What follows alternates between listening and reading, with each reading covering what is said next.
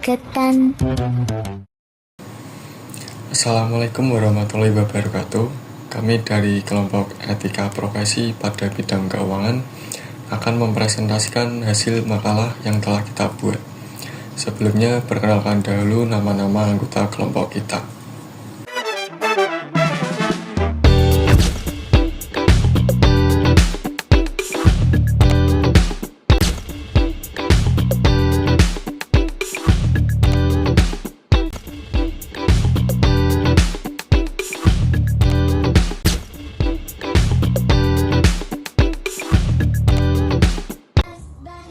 Analisis etika, moral, dan hukum pada bidang keuangan.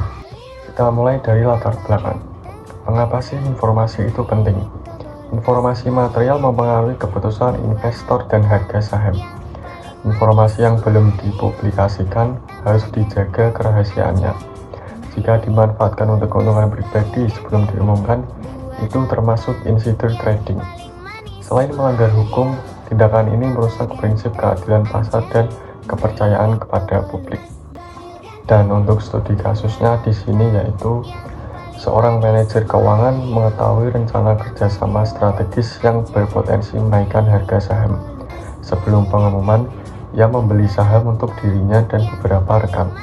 Setelah pengumuman, harga melonjak dan mereka merealisasikan keuntungan besar. Nah, kita akan menganalisis dari studi kasus tersebut. Analisis etika, moral, dan hukum. Aspek etika yaitu penyalahgunaan posisi dan kepercayaan, melanggar kewajiban profesional, menjaga kerahasiaan. Aspek moral, tindakan tidak jujur dan tidak adil, menciptakan keuntungan, tidak sah dan merugikan investor lain. Aspek hukum termasuk perdagangan orang dalam yang dilarang oleh peraturan pasar modal, dapat dikenai sanksi pidana dan perdata. Teori yang relevan untuk menganalisis deontologi menekankan kewajiban manajer berkewajiban menjaga kerahasiaan. Pelanggaran adalah salah meski menghasilkan keuntungan. Utilitarianisme menilai akibat keuntungan individu vs kerugian banyak investor. Tindakan ini mengurangi kesejahteraan kolektif. Agensi teori, konflik kepentingan manajer atau agen harus bertindak untuk pemegang saham atau prinsipal, bukan untuk keuntungan pribadi.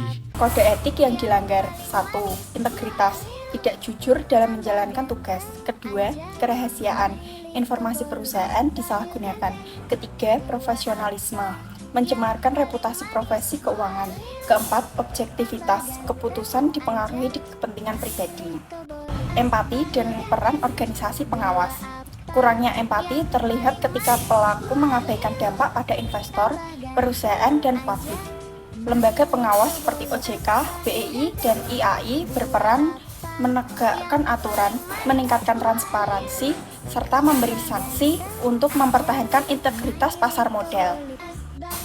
OJK sebagai pengawasan regulasi dan sanksi administratif. BEI, aturan pencatatan dan pengungkapan informasi perusahaan publik.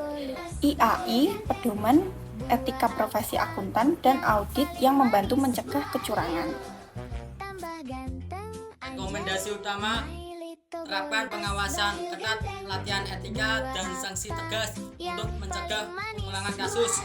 Langkah operasional yang pertama, perketat kontrol akses terhadap informasi material. Yang kedua, sosialisasi dan pelatihan berkala tentang etika dan aturan insider trading. Yang ketiga, kuatkan audit internal dan pelaporan anonim whistleblowing. Yang keempat, jalankan sanksi disipliner dan hukum bila terbukti pelanggaran. Kesimpulan dan penutup: insider trading adalah pelanggaran etika, moral, dan hukum yang merugikan banyak pihak dan menurunkan kepercayaan pasar modal. Menjunjung integritas, tanggung jawab, dan kepatuhan adalah kunci menciptakan pasar modal yang adil. Nah, itu tadi presentasi dari kelompok kita. Sekian, terima kasih. Wassalamualaikum warahmatullahi wabarakatuh. Bahlil ganteng. Buah apa yang paling manis? Buah liu. Tambah ganteng aja, My Little Bolu.